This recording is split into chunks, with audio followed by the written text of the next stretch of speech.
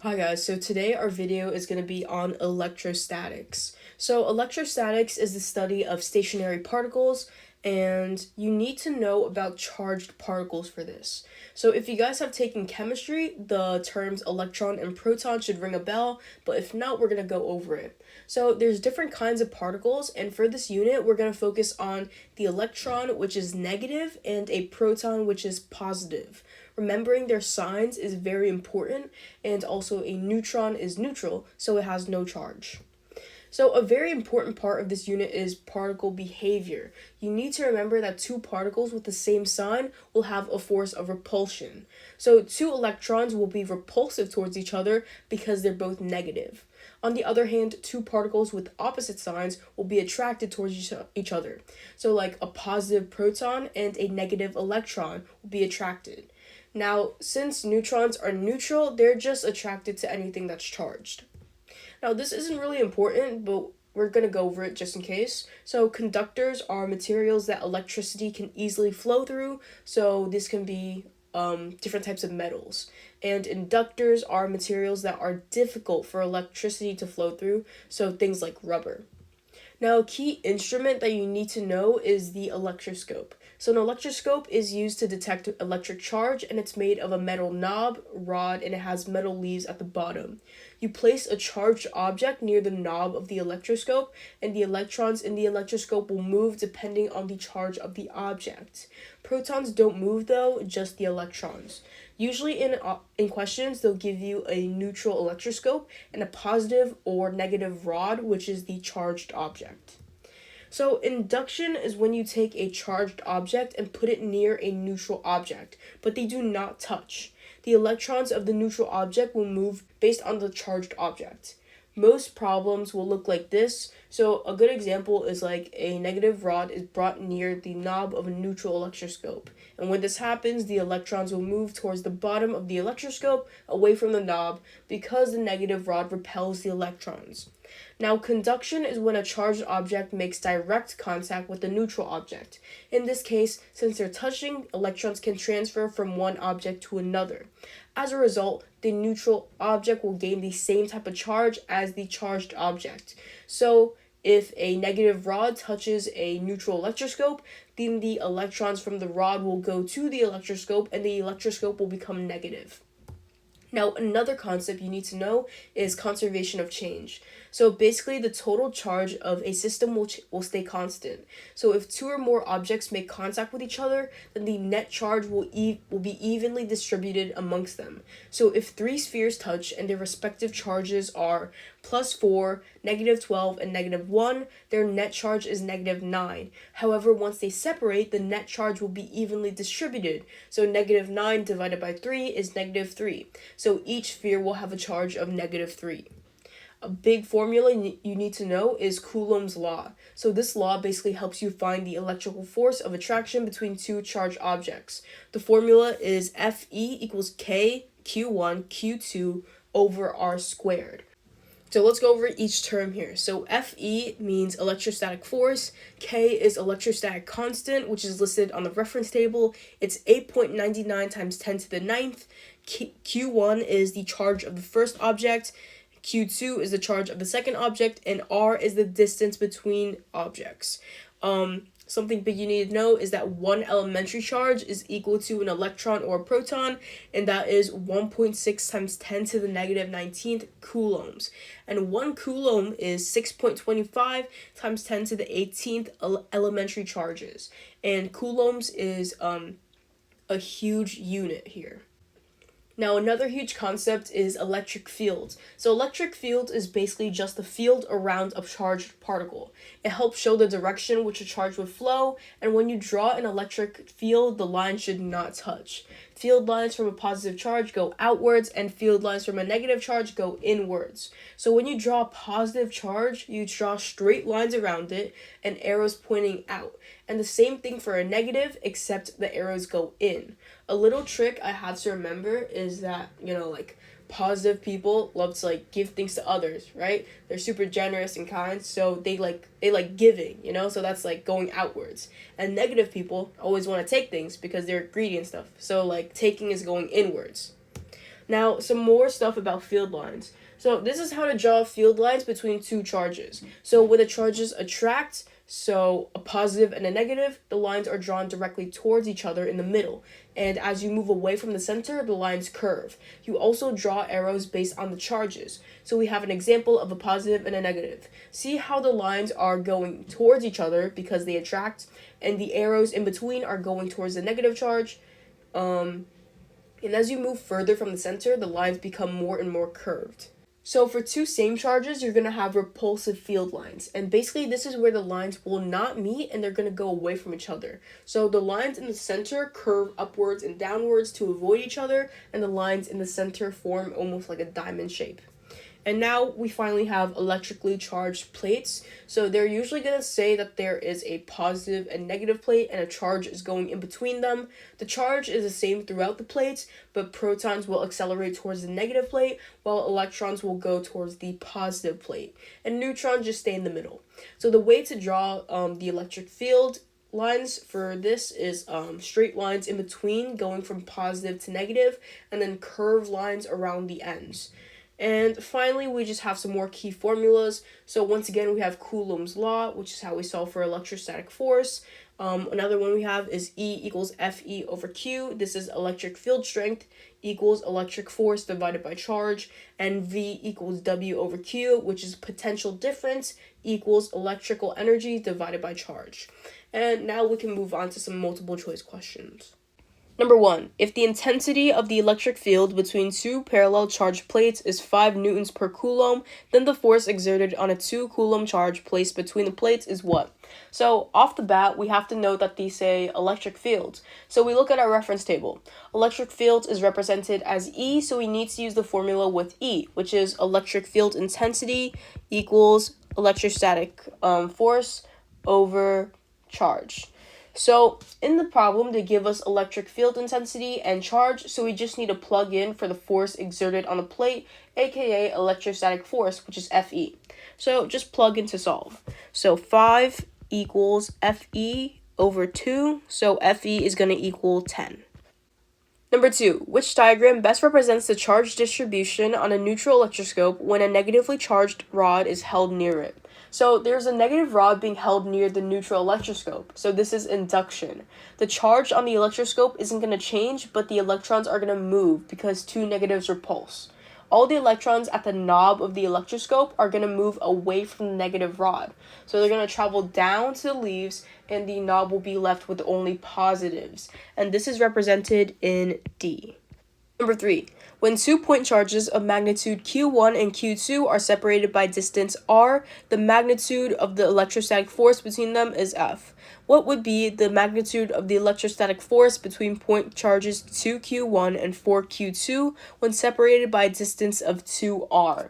So this question is asking us for the relationship between different factors in the formula Fe equals KQ1 Q2 over R squared.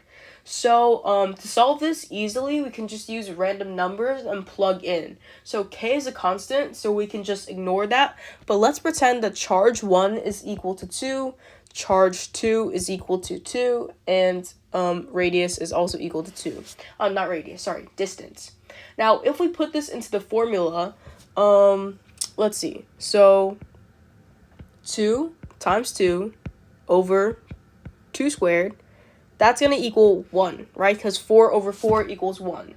Now, let's change things. The question tells us that charge 1 is doubled, so now that equals 4. Charge 2 is quadrupled, so now that equals 8.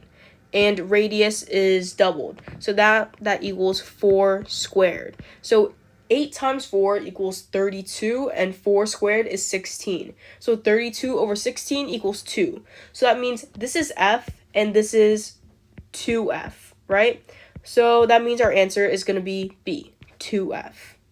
Number 4, an electrostatic force of magnitude F exists between two metal spheres having identical charge Q. The distance between their centers is R. Which combination of changes would produce no change in the electrostatic force between the spheres?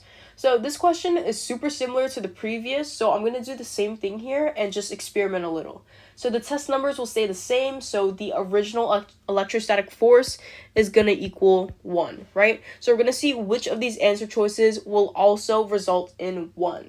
Now, choice A says we have to double Q on one sphere and while doubling R. So that would be 2 times 4 times 4 squared. That's going to be 8 over 16, which is 1/2. So we know it's not A.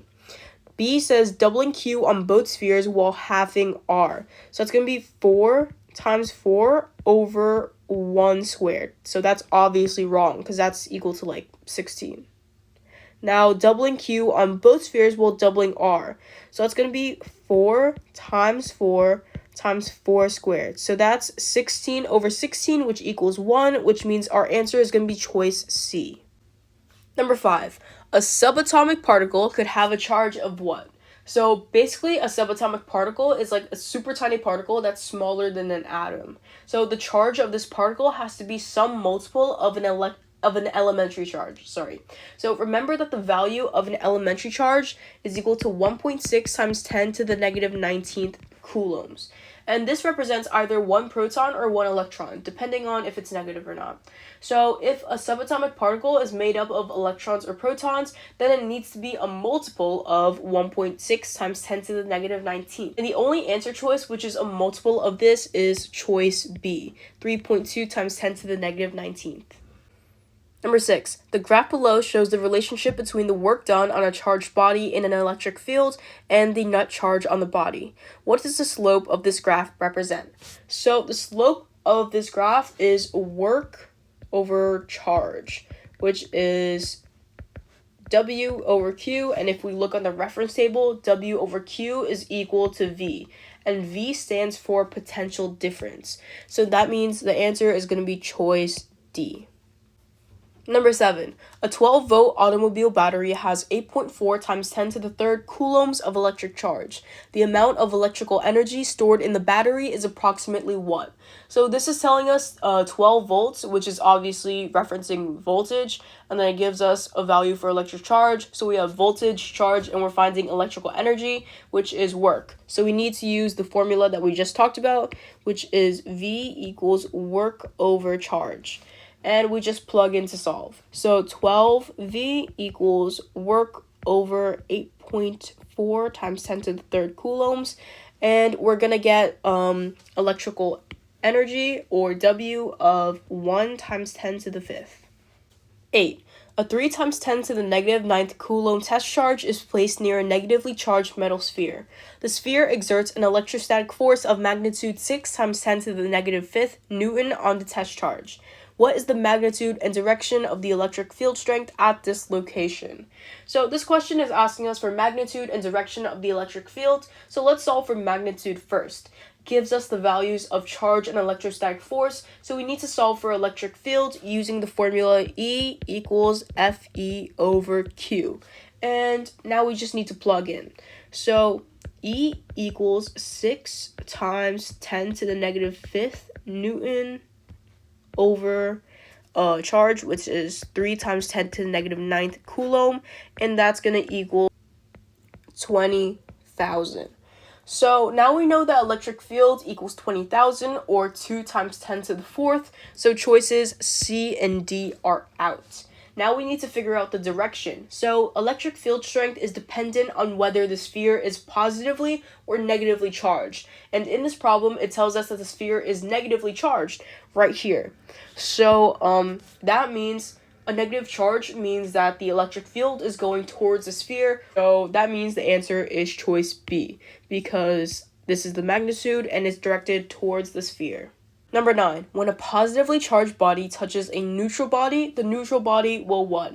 So this is conduction, and remember when conduction happens, the neutral body will become the same charge as the charged body. So if a positively charged body touches the neutral body, then the neutral body will become positive.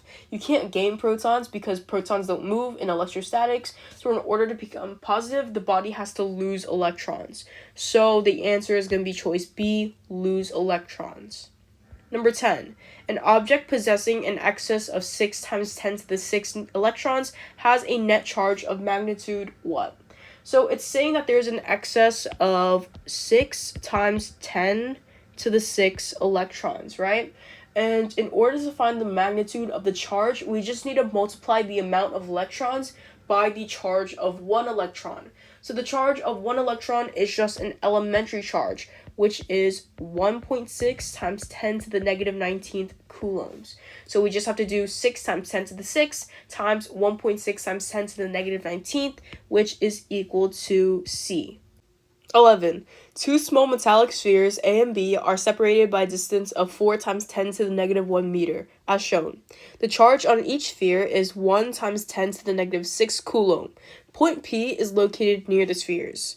What is the magnitude of the electrostatic force between the two charged spheres? So it's asking us to find electrostatic force, and it gives us the charge on both spheres, and it gives us distance. So we need to use the formula Fe equals K Q1 Q2 over R squared, and just plug in to solve. So K is 8.99 times 10 to the negative 10 to the 9th, sorry. 1 times 10 to the negative 6, 1 times 10 to the negative 6th, over R, which is 4 times 10 to the negative 1 squared. And after we do this math, we're gonna get an answer of 5.6 times 10 to the negative 2 newtons. Number 12. The diagram below represents a positively charged particle about to enter the electric field between two oppositely charged parallel plates. The electric field will deflect the particle towards what? So this question is super easy. So the particle is positive, so it's attracted to the negative plate, which is on the bottom. So the electric field will deflect the particle towards the bottom of the page. 13. When an electroscope is charged by contact, the charging body always gives the electroscope what? So charged by contact means conduction. And remember that when conduction happens, the electroscope will end up becoming the same charge as the charging body. So that is going to be choice C. 14. Which graph best represents the relationship between the magnitude of the electric force between two identical spheres possessing plus 1 coulomb of charge and negative 1 coulombs of charge respectively, as well as the distance between them? So if we look at the graphs, it is electric force over distance, which seems really familiar. And it's really familiar because this is just Fe equals K Q1 Q2 over R squared, right? So the question is basically asking us what's going to happen to the electric force as we increase distance. And distance is squared, right? So since it's squared, the curve is going to be exponential, which eliminates A and B. And now since radius is in the denominator, as our radius increases, then the electrostatic force is going to decrease exponentially. So that means choice C is correct. 15. Two electrically neutral metal spheres, A and B, on insulating stands are placed in contact with each other. A negatively charged rod is brought near but does not touch the spheres, as shown in the diagram below. How are the spheres now charged? So in this diagram, spheres A and B are touching, but the negatively charged rod is just being held near them. This means that the electrons in the spheres can move around between them, but nothing is getting moved to the rod. The rod is just influencing the position of the electrons. So the negative rod is being held near sphere A, so all the electrons are going to move away from the rod into sphere B. Since all the electrons are being pushed to sphere B, then sphere A will be positive and sphere B will be negative. So that's going to be answer choice B. 16. Which diagram best represents the electric field near a positively charged conducting sphere? So the sphere is positively charged, and a positively charged sphere will have an electric field moving away from it. So a trick for this is that positive people love to give away to others, so it's going away. And negative people love to take things in because they're, greedy and stuff. So their field is going in towards them. So our answer here is going to be C because the arrows on this positive charge are going away. 17. The diagram below shows the electric field in the vicinity of two charged conducting spheres A and B. What is the static electric charge on each of the conducting spheres? So very similar to the last question, we can see the arrows for sphere A are moving away from it. So A loves to give things away, so it's positive. B is being greedy and it keeps taking things in towards it, so it's negative. So choice D is correct, A is positive, and B is negative. 18. A balloon is rubbed against a student's hair and then touched to a wall. The balloon sticks to the wall due to what? So, the unit is called electrostatics. So, like, B and D are obviously wrong because why would we be talking about magnetic forces in a unit called electrostatics? And C is just stupid, and A is obviously the answer because the balloon sticks due to the forces between the balloon and the wall. 19. Two metal spheres having charges of plus 4 times 10 to the negative 6 coulomb and plus 2 times 10 to the negative 5th coulomb, respectively, are brought into contact and then separated. After separation, the charge on each sphere is what? So the two spheres are brought into contact and then they're separated, which means that afterwards, each sphere will have equal charges. So we need to add both and then divide by 2. Plus 4 times 10 to the negative 6 plus 2 times 10 to the negative 5th is equal to 2.4 times 10 to the negative 5th. Divide that by 2. The charge on each sphere is going to be 1.2 times 10 to the negative 5th coulomb. 20. If a positively charged rod is brought near the knob of a positively charged electroscope, the leaves of the electroscope will what? So basically, when an electroscope is already charged and you bring a similarly charged object near the knob, the charge distribution gets almost like amplified and the leaves diverge even more. So our answer here is going to be B. It's going to diverge only. 21. The diagram below shows 3 neutral metal spheres, X, Y, and Z, in contact and on insulating stands. Which diagram best represents the charge distribution on the spheres when a positively charged rod is brought near sphere X but does not touch it? Okay, so these 3 spheres are in contact, which means that the electrons can move around between them. So a positively charged rod is placed near sphere X, and remember that positive and negative attract. So this means that all the negative charges will move towards the positive rod while the positive charges are kept away from the rod. So this is accurately represented in choice C, because as you can see here, there's all these negatives near the positive rod, and all the positives are repelled towards the back of Y and Z, away from the rod. 22. The diagram below shows a beam of electrons fired through the region between 2 oppositely charged parallel plates in a cathode ray tube. After passing between the charged plates, the electrons will most likely travel path what? So an electron which is negative is moving between a positive and a negative plate. So obviously the negative plate will repel the negative electron while the positive plate attracts it. So the electron will move towards the positive plate and ultimately travel through path A, which is near the positive plate. 23. Which diagram best represents the electric field around a negatively charged conducting sphere? Okay, so remember, negative people always take things, so the arrows are going to point towards the negative sphere. And also, the arrows don't curve or anything, they're just straight lines going right into the sphere, so the answer is choice A.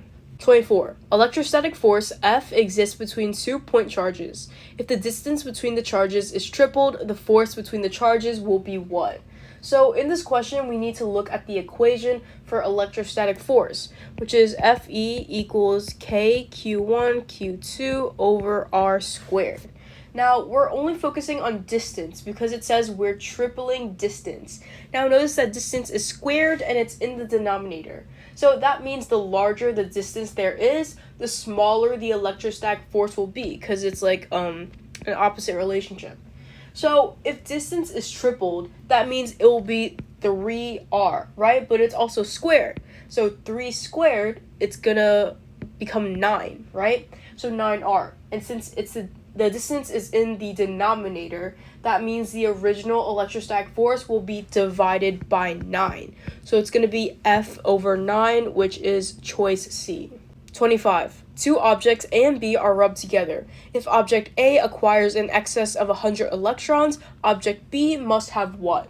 So the 2 objects are in contact, which means they can transfer electrons. Not protons though, because the protons don't move. So choices A and B are out. Now, object A gains 100 electrons, and obviously it gains those electrons from object B. So that means object B had to have lost 100 electrons. 26. Which diagram represents the electric field lines between two small electrically charged spheres? Okay, so let's take a look at each of these answer choices. So choice A is wrong because two positive charges repel from each other. And in this diagram, they're going towards each other, like they're meeting over here, which is not right. Choice B is correct because the arrows are repelling from each other. Notice how they never meet and they make this diamond shape, which we talked about before. Choice C is wrong because it's a positive and a negative and they're repelling from each other. A positive and a negative should connect like this. So this is wrong too. Diagram D is wrong because the arrows are pointing from the negative charge to the positive charge. It's supposed to be the other way around like this. So that means obviously choice B is correct. 27. Base your answer to the following question on the diagram below, which represents two charged spheres, X and Y.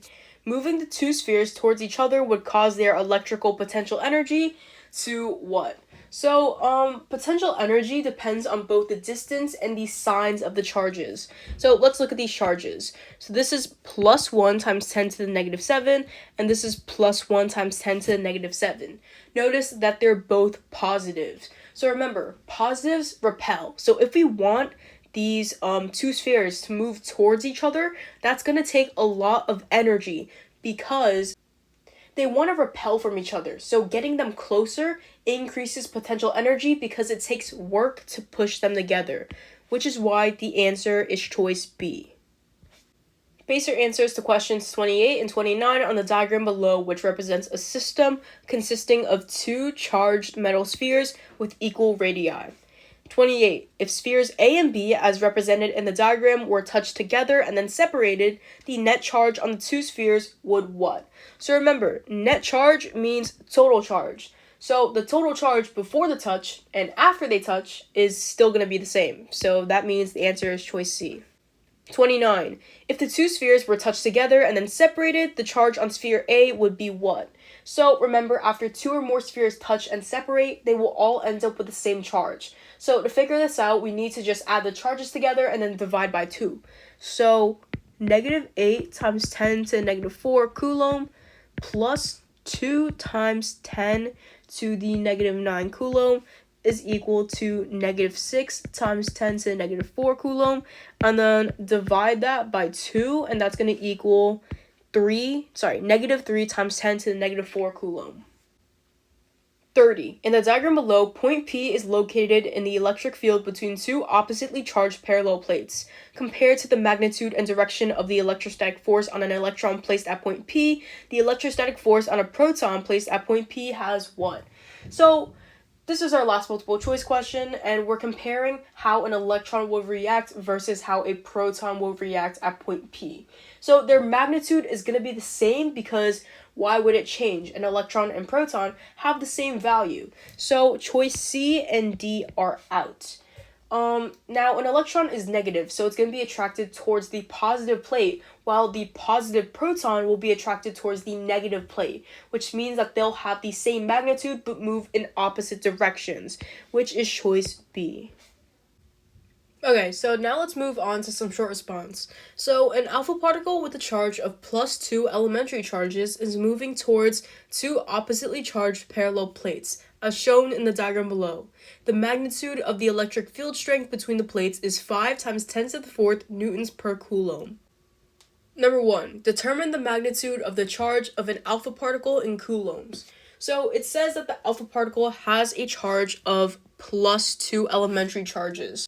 One elementary charge is equal to 1.6 times 10 to the negative 19th coulomb, right? So in order to find the value of two elementary charges, we just multiply that by 2, right? So 2 times 1.6 times 10 to the negative 19th equals 3.2 times 10 to the negative 19th coulomb. So that is going to be our answer. Number 2. On the diagram, draw at least 3 field lines to show the direction of the electric field in the space between the charged plates. So remember that the arrows go away from the positive and towards the negative. So when we have two plates, at the ends of the plates, they're going to curve, and in between, it's just a straight line. So in between, it's going to look something like this. We go from positive right to negative, and then we just draw an arrow to show where it's going. And then at the ends, we're going to do a curved line, and then we're going to draw an arrow. Same thing over here, curved line, and we draw an arrow. Number 3. What is the direction of the electrostatic force exerted on the alpha particle as it passes between the plates? So this question is pretty much asking us to tell us where the alpha particle is going to go. So it tells us that the alpha particle has a charge of +2 elementary charges. +2. Plus means positive, so that means the alpha particle is positive. And since it's positive, it's going to be attracted towards the negative plate. So it's going to be attracted towards here, right? So that's going to be our answer. We're going to say towards the negative plate. And that gives you full points. Number 4, calculate the magnitude of the electrostatic force exerted on the alpha particle by the electric field as the alpha particle passes through the electric field. So we need to find the electrostatic force, and we know the charge and electric field strength. This means we can use the formula E equals Fe over Q. So it tells us that E is 5 times 10 to the 4th newtons per coulomb right here, electric field strength. So 5 times 10 to the 4th newtons per coulomb equals Fe, which we were trying to find, and the charge, we found it up there, 3.2 times 10 to the 19th coulomb. Now we just solve for Fe, so Fe is going to equal 1.6 times 10 to the negative 14th newtons. So that is our answer. Next question. The diagram shows a negatively charged oil drop that is suspended motionless between two oppositely charged parallel horizontal metal plates. The electric field strength between the charged plates is 4 times 10 to the 4th newtons per coulomb. The 1.96 times 10 to the negative 15th kilogram oil drop is being acted upon by gravitational force Fg and an electrical force Fe. Number 1. Calculate the magnitude of the gravitational force Fg acting on the oil drop. So this isn't really electrostatics, but I guess it's like a throwback to like simple physics. So remember that Fg equals mg. So we're just going to solve. And it gives us mass and gravity is a constant. So we just plug in. So Fg equals mass, which is 1.96 times 10 to the negative 15th kilogram, times gravity, which is 9.81 meters per second squared. And this is going to equal 1.92 times 10 to the negative 14th newton. And that is going to be our answer. Number 2, determine the magnitude of the upward electrical force Fe acting on the oil drop suspended motionless between the charged metal plates. Okay, so let's take a look at the diagram. See, the oil drop is being suspended in between the plates because Fe and Fg are both acting upon it. See that Fe and Fg are very much equal in magnitude, but just going in different directions. This means that Fe and Fg have the same magnitude, and they're both acting on the oil drop with the same amount of force. So electrostatic force will be the same as gravitational force. So it's like Fe is equal to Fg, but just different directions. So electrostatic force is going to equal 1.92 times 10 to the negative 14th newtons. And once again, if you're a little bit confused about this, it tells us that the oil drop is suspended motionless between the plates, right? So that can't happen unless Fe and Fg are acting on it with the same amount of force. Number 3, calculate the net electric charge on the oil drop in coulombs. So we need to find the electric charge of the oil drop. Don't get confused because in the question it told us the mass of the oil drop, but not its charge. So we can use the formula E equals Fe over Q to find charge because it gives us electric field strength, and we just found electrostatic force, so now we just need to plug in and solve for charge. So E, it tells us 4 times 10 to the 4th newtons over coulombs is equal to Fe. We just found that, so 1.92 times 10 to the negative 14th newtons over Q, which is charge. Now, if you solve for Q is going to equal 4.8 times 10 to the negative 19th coulomb. And that's our final answer.